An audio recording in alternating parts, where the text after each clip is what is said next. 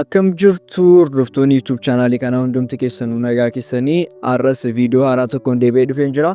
Viidiyoon haaraa kuni barattoota bara kana qormaata intiraansii fudhataniif jechuudha. Akkamitti haala salphaatiin qormaata intiraansii kana darbuu dandeessu isa jedhuurratti tooppikii tokko isiniif qabadhee dhufee jira jechuudha. Tooppikii kana kanaan dura dubbachaa ture. Har'a garuu diiteelii wajjin dubbanna jechuudha.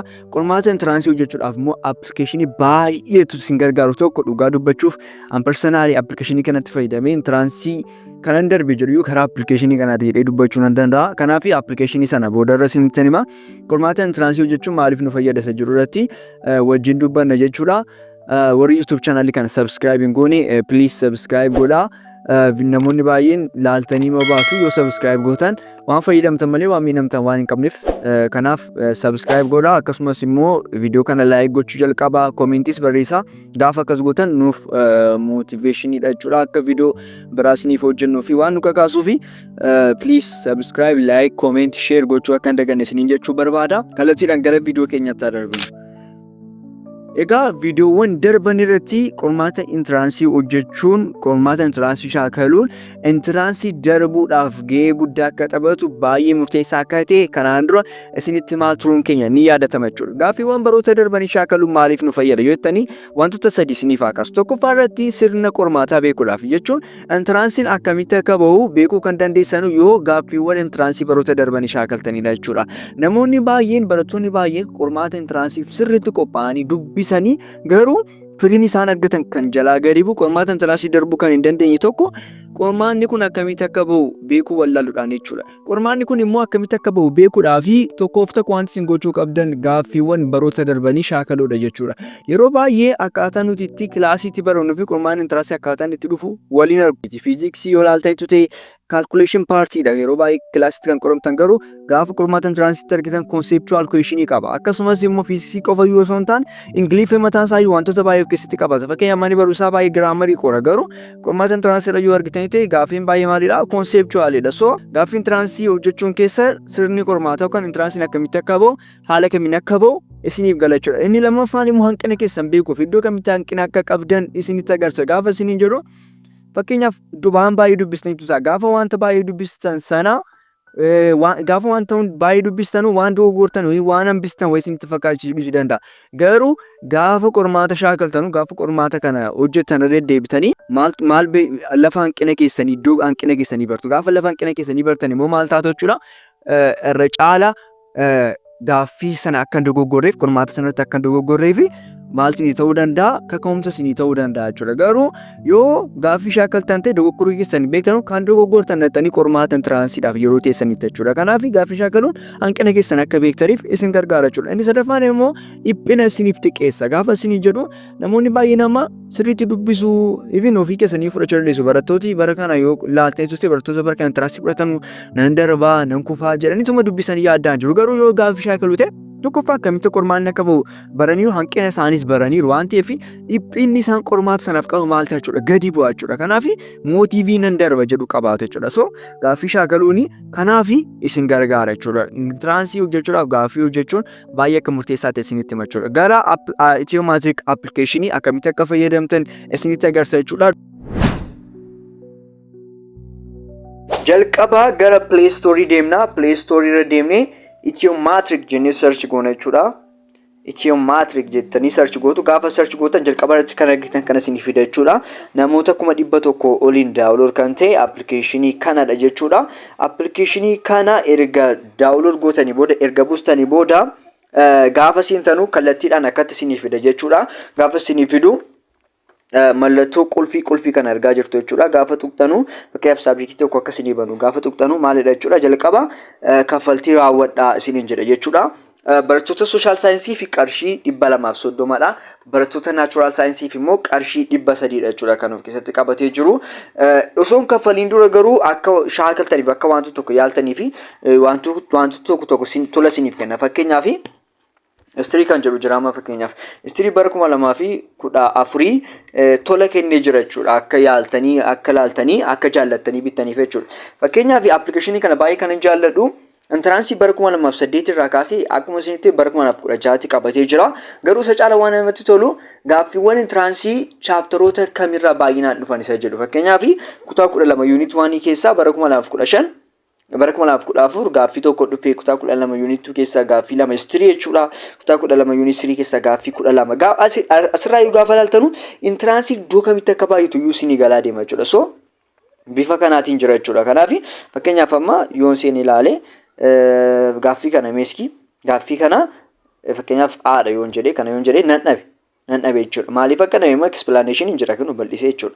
So gaafa kana akkuma isin hin jedhe gaaffii hojjechuun maaliif akka si fayyadu akkuma isinitti hime hanqina keessan hin bartuu shaakaltu jechuudha. Kanaaf akkamitti birrii qarshii kaffallee banuu dandeenyaa isa jedhu immoo gaafa isinitti immoo jalqaba unlock kan jettu kana tuqna unlock ishi kana tuqna achi booda gara kamitti nu geessaa gara kanatti nu geessaa jechuudha.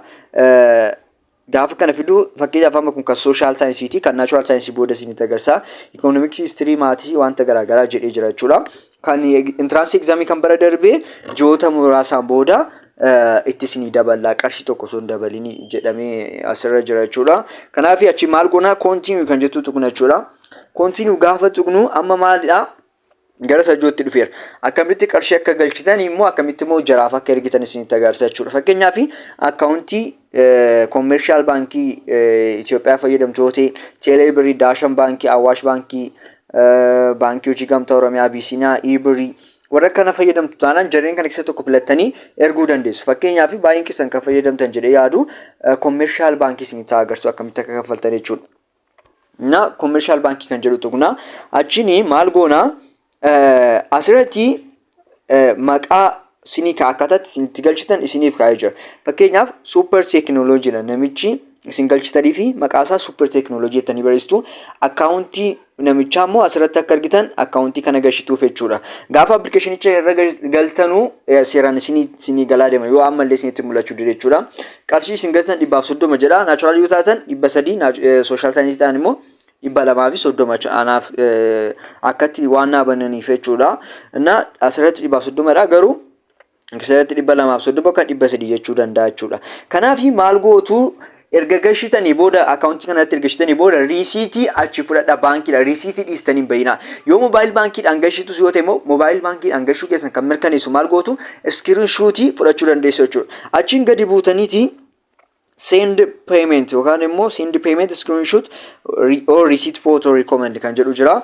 Akkasumas immoo transaction ID kan jedhu jira. Jarreen kana lamaan keessaa baay'ee recommend kan isin godhu risiitii sana kaameeraa kaasaati yookaan immoo screenshot godhaati Teeleebirrii yoo galchitu ta'e screenshot godhaati achiin select image filattaniiti. Fakkeenyaaf select image filattanii select image kan jedhu irratti risiitii sana kaawwantatanii booda maal tuqxu jechuudha? Submit kan jettu tuqxu jechuudha. Submit erga tuqxanii booda daqiiqaa 90 booda chee godhaa akka isin banuu fi akka isin banamne daqiiqaa 90 booda chee godhaa isiniin jedha. Achi booda daqiiqaa 90 booda gaafa deebitanii dhuftanuu fakkeenyaaf dura inni qulfii ta'ee jiru kun maal isiniif ta'a jechuudha? Inni qulfii ture maal ta'a jechuudha? Bifa kanaatiin akkuma asirratti argaa jirtan kana maal isiniif ta'a jechuudha? Kinoo mallattoo xiyyaa jechuudha. Banuu akka dandeessan isinitti agarsiisa jechuudha. Kanaaf yemmuu fakkeenyaaf baayoloojii kan jedhu jira. Baayoloojii argitanii amma banuu dandeenya. Mallattoon qulfiin tokko illee jiru. Kanaafuu daawuloodii kana tuqneeti amma daawulood akka godhu laalla jechuudha. Daawulood godhee booda gaaffii intiransii baroota darbanii sana maal gochuu dandeenya jechuudha? Argachuu dandeenya jechuudha. Kanaaf amma daawulood gochaa jira jechuudha. Baayoloojii bara 2016 amma argachuu nan danda'a jechuudha. Daawulood godhee xumure jechuudha. Baayoloojii bara 2016 gaaffii intiransii bara 2016 dhufe sana arguu danda'a jechuudha. Argitanii amma banee jira jechuudha. Application of baayoloojii kutaa 12 unit 1 keessa gaaffii 4 micro organisms keessa gaaffii 5 jedhee gaaffiiwwan baayoloojii sana asirra isiniif kaa'achuudha. Fakkeenyaaf amana shaakala amma yoo gaaffii akkuma intiransii qoramtanitti shaakaluu barbaadanii kinoo right away yookaan immoo after finishing dha jettanii wanti ta'uu dandeessu. Kana lamaan filachuu dandeessu. Gaaffiiwwan 100 asirra kan isinii kaa'u kun sa'aatii isinii qabeera. Sa'aatii 2 isinii kenname. Sa'aatii 2 kana keessatti xumuraa isiniin jedha jechuudha. Kanaaf amma gaaffii barbaadda shaakaluu dandeessu. Yoon dhabe kinoo akka text plan naa godha. jechuun bifa kanatti shakaluu dandeessu jechuudha. Bakka argitanii explanation bal'aa wajjin qabachuudha.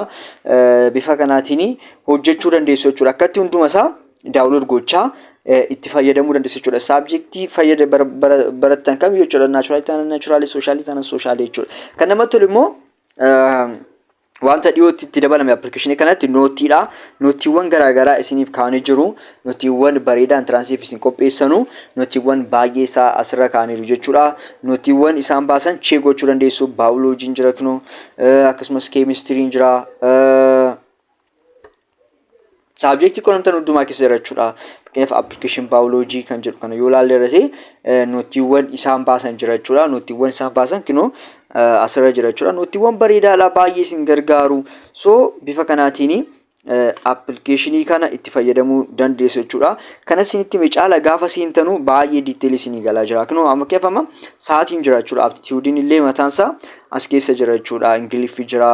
Maatis naachuraaliin jira, fiiziksii, keemistiriin jira, baayoloojiin jira, kan warri soshaalis akkasumallee jira jechuudha. Kan namatti tolu immoo maatisii fi ingiliffaa kan soshaalis jira, kan naachuraalis jira jechuudha. Soshaalii yoo barattanis, naachuraalis yoo barattanii kan lamaanuu appilikeeshinicha keessa jira jechuudha. Akka wanti ta'utti eenyutu appilikeeshinoota kana kan fayyadamaa ture yoo jettanii ilaaltanii barattoota bara darbee qormaata intiraansi fudhatan keessaa Siifeenii Takluun appilikeeshinii kana fayyadamaa turte. Yoonaas Nugusee kan jedhamu fayyadamaa jiru 700 keessa 675 kan fide jechuudha. Geetaachoo, Daanii, Yaasmiin, Abeel ijoolleewwan qabxii gurguddaa fidan illee akka biyya kanaatti appilikeeshinii kana hin fayyadu jechuudha. Appilikeeshinii kana yoo irraa fayyadamtan malee waan miidhamtan hin qabdanu. So appilikeeshinii kana buufadhaa isin jedha waan rikoomandi isin godhu. Akkasumas immoo private class yoo join gochuu barbaadan gaaffiiwwan intiransii baay'een wajjin hojjechuu barbaadan akkasumas immoo gaaffiiwwan intiransii osoo hin taane qofa osoo hin taane gorsaawwan gargaraa yoo barbaadan immoo telegiraam private chaanaalii keenya join gochuu dandeessu. Isa immoo akkamitti akka galmooftan immoo karaa telegiraamii keenya argachuu dandeessu. Elaadaa tuub jedhaati sarchi godhaa. Haga xumuraatti waan wajjin turtaniif galatoomaa isiniin jedha. Viidiyoon kun yoo isinitti tole laayik godhaa akkasumas koomentii nu barreessuun dagatinaa isiniin jedha. Galatooma.